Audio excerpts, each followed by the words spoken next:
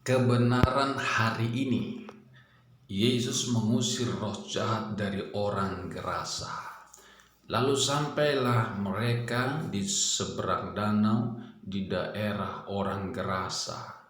Baru saja Yesus turun dari perahu, datanglah seorang yang kerasukan roh jahat dari pekuburan menemui dia. Orang itu diam di sana dan tidak ada seorang pun lagi yang sanggup mengikatnya sekalipun dengan rantai.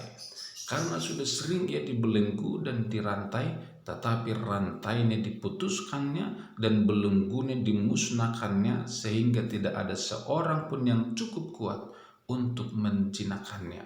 Siang malam ia berkeliaran di pekuburan dan di bukit-bukit sambil berteriak-teriak dan memukuli dirinya dengan batu. Ketika ia melihat Yesus dari jauh, berlarilah ia mendapatkannya, lalu menyembahnya, dan dengan suara keras ia berteriak, "Apa urusanmu dengan aku, hai Yesus, anak Allah yang maha tinggi? Demi Allah, jangan siksa aku." Karena sebelumnya Yesus mengatakan kepadanya, "Hai engkau roh jahat, keluar dari orang ini."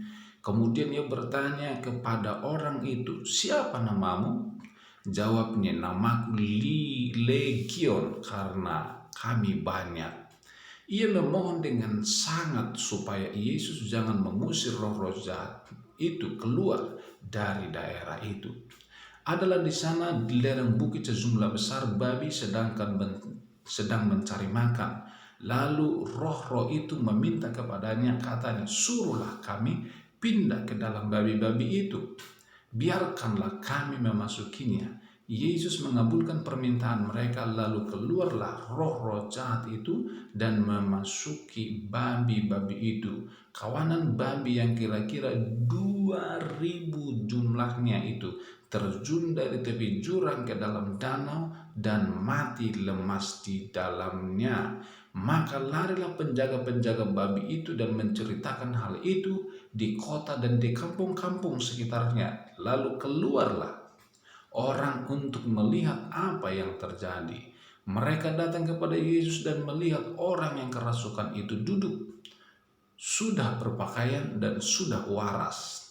Orang yang tadinya kerasukan legion itu, maka takutlah mereka. Orang-orang yang telah melihat sendiri hal itu menceritakan kepada mereka tentang apa yang telah terjadi atas orang yang kerasukan setan itu dan tentang babi-babi itu.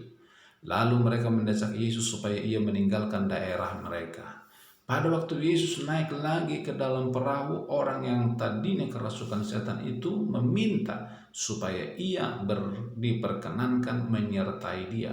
Yesus tidak memperkenankannya, tetapi ia berkata kepada orang itu, "Pulanglah ke rumahmu, kepada orang-orang sekampungmu, dan beritahukanlah kepada mereka segala sesuatu yang telah diperbuat oleh Tuhan atasmu dan bagaimana ia telah mengasihani engkau." Orang itu pun pergilah dan mulai memberitakan di daerah Dekapolis segala yang telah diperbuat Yesus atas dirinya, dan mereka semua menjadi heran. Puji Tuhan, luar biasa. Kebenaran hari ini adalah Allah lebih mementingkan manusia daripada babi.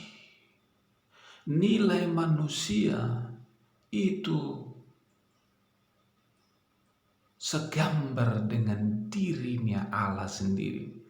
Babi-babi yang jumlahnya 2.000 ekor ini, Yesus tidak sayang dengan babi-babi yang begitu banyak itu demi untuk menyelamatkan satu jiwa manusia.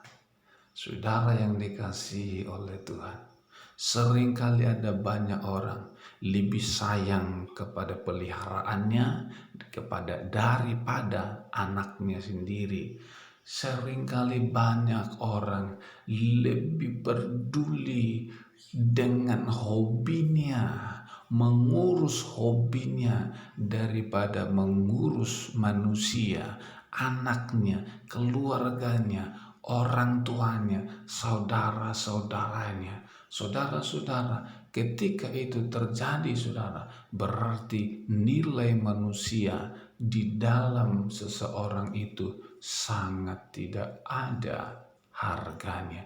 Tapi Yesus tidak peduli dengan 2.000 ekor babi.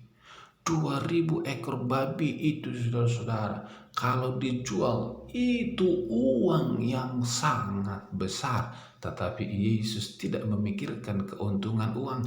Yesus mementingkan keselamatan manusia. Karena satu jiwa bertobat, satu jiwa diselamatkan, satu jiwa dipulihkan, itu sangat berdampak bagi Tuhan.